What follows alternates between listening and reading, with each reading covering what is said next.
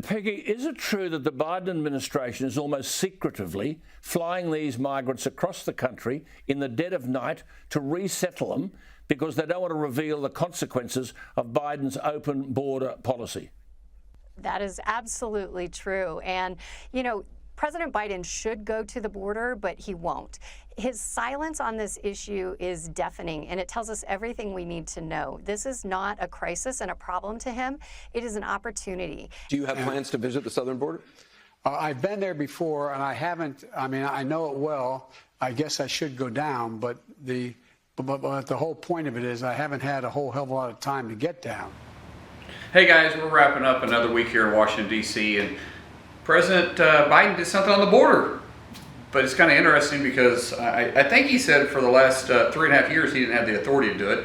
Actually, no, let me back that up. He didn't say he didn't have authority. He said there was no problem on the border. There was no crisis on the border.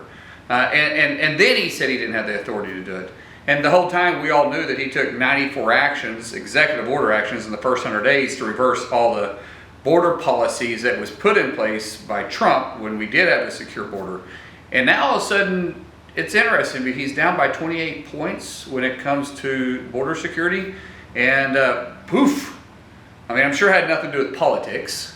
But all of a sudden, he's tough on the border. He decided to make an executive action and quit allowing people to claim asylum that comes from an illegal point of entry. That's very interesting because we've been talking about that. I've been talking about that. The Republicans have been talking about that. And that was also an executive order that he overturned when Trump was in office. And when he got in office, he overturned it. I mean, I don't know. Maybe it seems funny to you, or maybe it's just coincidental for us. And Washington, D.C. is called politics. It has nothing to do with him actually putting American first. It has to do that he realizes that he needs to do something so he can stay in power.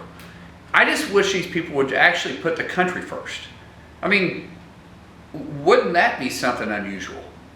Because it's a national security crisis that's been going on our border for 3.5 years. And now all of a sudden you want to try doing an executive order or put back in place an executive order that you overturned 3.5 years ago. It's just absurd. And I know the American people see right through it, but it's just frustrating for me because I have to work up in this city.